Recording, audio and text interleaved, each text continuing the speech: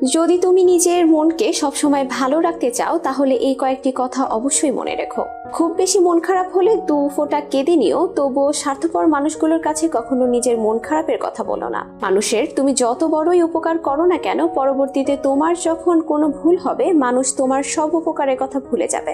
যার জীবন সঙ্গী ভালো হয় তার দুনিয়াতে আর কোনো বন্ধুর দরকার হয় না, আর যার জীবন সঙ্গী খারাপ হয় তার দুনিয়াতে আর কোনো শত্রুর প্রয়োজন হয় না। যদি ভাঙতেই হয় তাহলে রেকর্ড ভাঙো, কারো বিশ্বাস নয়। জীবনে বয়স বাড়ছে, চাপ বাড়ছে, টেনশন বাড়ছে, দায়িত্ব বাড়ছে, ভালো থাকাটা আস্তে আস্তে কমে যাচ্ছে।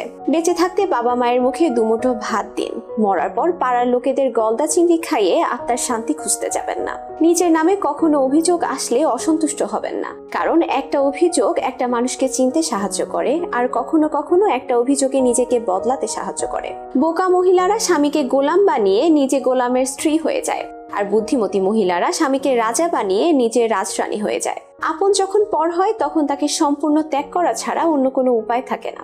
একটা কথা মনে রেখো, অহংকার রূপের জন্য নয়, গুণের জন্য থাকা উচিত। সকাল না হওয়া পর্যন্ত ফুলেরাও জানে না মন্দিরে যাবে নাকি শ্মশানে। তাই জীবনে যতদিন আছে হেসে খেলে কাটিয়ে দাও। লোকে বলে জীবন থেকে কেউ চলে গেলে জীবন কখনো থেমে থাকে না, কিন্তু সেই মানুষটি যদি মা হয় তাহলে লাখো মানুষ জীবনে আসলেও মায়ের অপূর্ণতা কখনো পূর্ণ হয় না। সুন্দর মানুষ খুঁজতে গিয়ে তুমি তোমার সুন্দর জীবনটাকে নষ্ট করো না, কারণ পৃথিবীতে সুন্দর মানুষের অভাব নেই, কিন্তু সুন্দর মনের বড্ড অভাব। খুব বেশি প্রয়োজন না হলে এখন মানুষ কেউ কাউকে মনে রাখে না। পৃথিবীতে সবচেয়ে ভয়ঙ্কর প্রাণী হচ্ছে মানুষ, যারা নিজের স্বার্থের জন্য যে কোনো কিছু করতে পারে। কাউকে ভুল বোঝার আগে তার পরিস্থিতিটা